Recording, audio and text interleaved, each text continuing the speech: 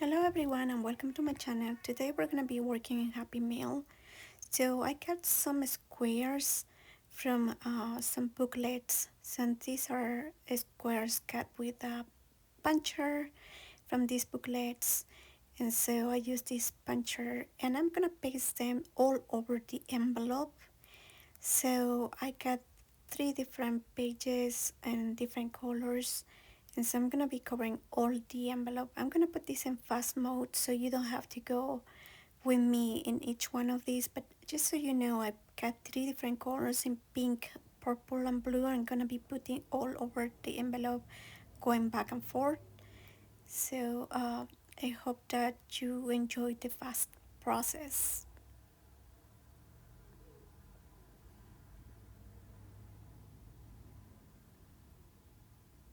So here is the envelope already with all the pieces pasted. I'm gonna go to the back and very quickly use like some paper and use this pen to make some cuts. I'm gonna fold it in the side, so I'm gonna cut the pieces and kind of cut in the size and shape of the back of the envelope. As you can see, I'm using some vintage paper to cover it, and so I'm gonna cut the excess on that. I'm gonna just I measure that. I'm gonna use some scissors, but I basically want to use only the text. So the part that doesn't have text I would probably cut. And so this is gonna be measuring the whole thing of the envelope. So I want this to be a little bit smaller than the actual envelope. So I'm gonna put that inside and then trace the shape of the envelope like that. And so I'm gonna cut 1 or 2 millimeters below of the tracing. So as you can see, the line is a little bit higher than the actual cut, and I want it because I want this to be just kind of the inside but not covering whole envelope. And then I'm gonna distress this with directly with the distressing rather than using a brush or my finger brush, just because it gives it a better look, like a burnt piece of paper rather than like really distressed paper. It looks a lot better, I think. So I'm gonna be pasting this as well in the back of the envelope, and the plan is using a little bit of the hint of what the cover is like. So we're gonna be adding also some additional paper colors, like in the 3 or 4 squares in purple, blue and pink, like we did in the front part.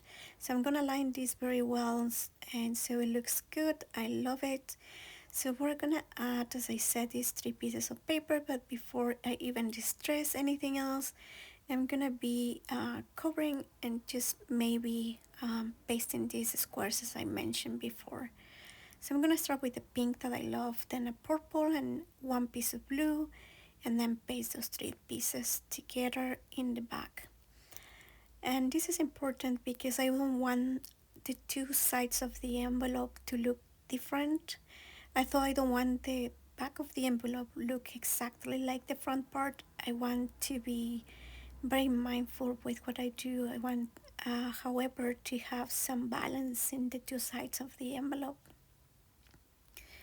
And so I'm pasting these squares, and then in the front part, I'm gonna go over and then maybe put some other things in the back.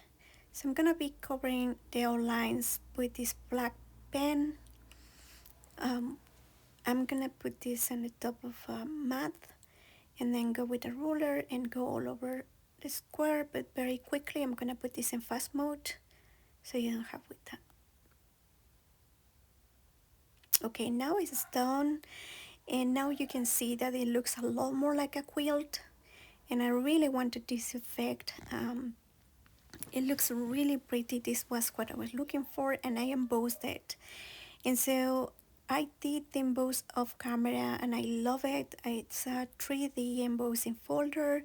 It looks really pretty. I love how the flap of the envelope looks like. I didn't expect that to be happening like that, but I really love the effect. I'm gonna be using a 3D butterfly that I have. I will color like the a little bit of the butterfly. I'm gonna use a scrap of paper over my mat, and so I'm gonna color that with my hand. It's very fun to do, and so I'm gonna have another tutorial how to make these butterflies. It's really fun and really easy. And then I'm gonna put these pieces back, take the mat away, and then I'm gonna put these pieces away and paste my butterfly there, and it already looks lovely. I really like how it's looking like. I'm gonna use again my glue stick. I'm gonna probably use my tweezers because this is really hard to hold, and with tweezers everything is better. My fingers don't get all the glue over it, so I'm gonna do that and then paste that in place. And as I said, I'm gonna have another tutorial very soon.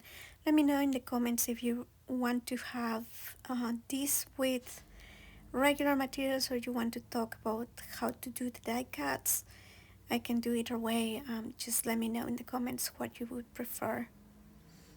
And then we're gonna go to the front part again. I really love how it looks like.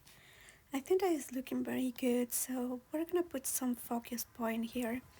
I'm thinking about using this arch die cut, but it needs some background because it's gonna get lost in the background.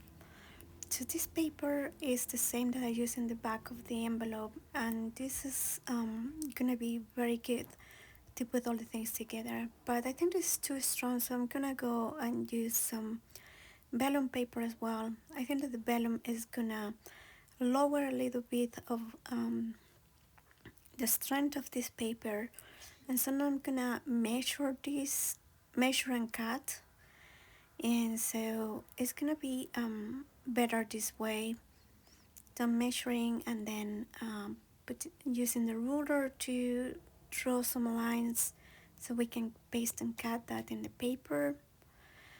And I think that this is looking really good. Actually, it looks better than I was expecting to look like, but I'm hoping to have a focus point that really makes sense with the theme that I chose of making kind of an envelope of a quilt. So this is actually making this less strong as a background. That was the effect that I was looking for. And I'm gonna paste the vellum with the roller, rather than the liquid um, glue, because the liquid is gonna make wrinkles on it, but the roller is a lot better. And so I'm gonna paste that in the back of in the front of the vintage paper, and then I will have to use the liquid glue in the frame because the roller is not gonna work in there. It's gonna have a little bit of a wrinkle, but not as much, which is what I'm looking for. And so I'm gonna paste that in the top, and I really enjoy how this is looking like because I don't have to deal with the specific paper, and then I can put a couple of dots in the lower part of my vellum so it holds very well, and then I'm just gonna cut around, and this is gonna be my focus point in the envelope, which means that I have to find a piece that I can hold in there, like a big sticker, a big flower, or something like that, which is gonna be amazing. And then I recycle things, so I put vellum in another place, and this paper I do recycle to make handmade paper. And so now I want to use something like postage stamps. So I have some postage stamps that I made myself, well, sticker postage stamps, and they are looking amazing. I love the gray, but they get lost in the background, so I need something that is gonna differentiate them from the background, and this brown paper looks amazing, and I think it's perfect because then it's gonna be looking like I took it out of a vintage envelope rather than um, really just stickers. And I like that idea because it looks like they are real and not fake or faux postage stamps. And so I'm gonna paste them, and My fingernails are not very long, so bear with me while I'm trying to open this other sticker postage stamp. But the idea is just paste them down in the brown paper, cutting around, and then pasted them in the envelope. And it's gonna be showing some idea of vintage paper rather than a fake one. And I really love how the envelope is looking like because they the squares are actually have the effect that I was looking for. That is an or quilt, and I think that it was a big win embossing that because it made everything come together, and I love how it looks like. I think that the biggest thing is that now I have to distress. The good thing is the brown paper though is that it gets the vintage effect immediately after you apply the distress ink. It's really easy to make it look vintage. And then I just hold it in the envelope. And now I'm gonna focus on the arch. The arch is looking amazing. I love it. I think that the balloon was a biggest win. And so I'm gonna use some sticker, maybe a girl, like a big one, like this one is perfect. I love this blue one. It's perfect with the background. It's strong enough to be the focus point, so I'm gonna go with her. I need to paste the arch. I'm gonna use the regular glue. I'm gonna have to put some phrases in the right side of the envelope to make it look even better. And then I'm gonna put my girl in here, and I think it's gonna be looking great. She looks amazing against the background too. I think that this is the right combination for the envelope. And now I need to find some phrases to put in the right side of the envelope. And with the butterfly in the back, it just looks so gorgeous. I have some black stickers and some white stickers, but I think that the black is definitely the way to go because it creates more contrast against the very colorful background. So I'm gonna go and put this one first. Trust your crazy ideas.